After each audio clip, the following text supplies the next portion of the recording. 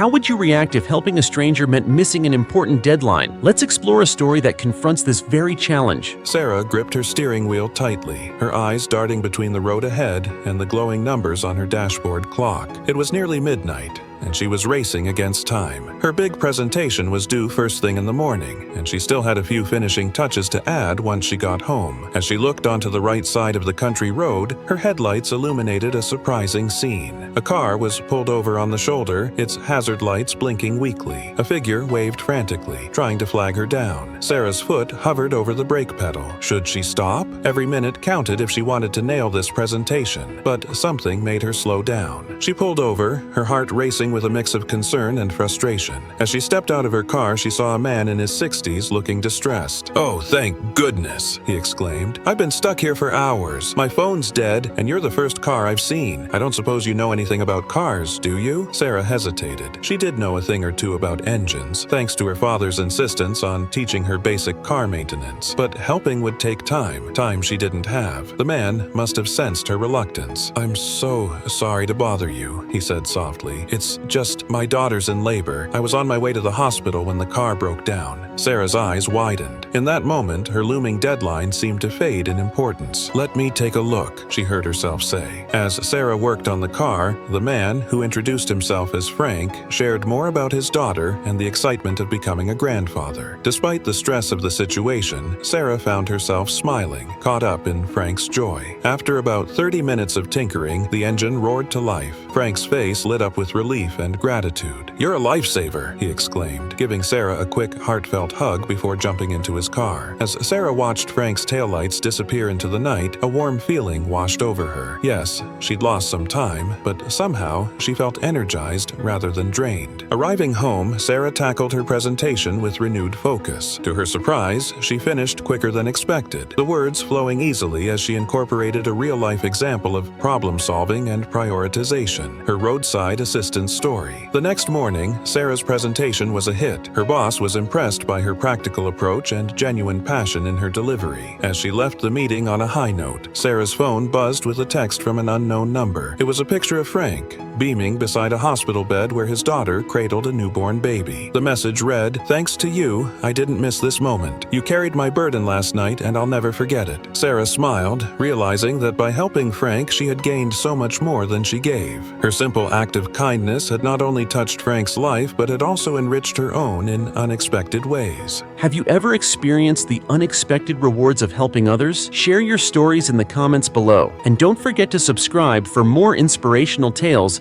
that'll change the way you see the world around you. Remember, sometimes the greatest personal growth comes from reaching out to others in their time of need.